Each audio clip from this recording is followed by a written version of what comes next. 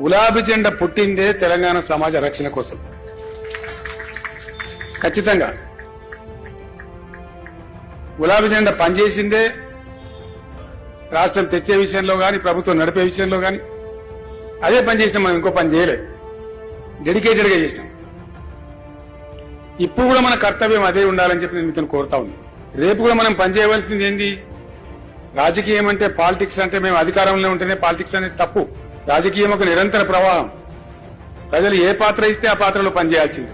ఒకసారి పవర్లో ఉండొచ్చు, ఒకసారి అపోజిషన్లో ఉండవచ్చు, కానీ పని చేస్తూ ఉండాలి.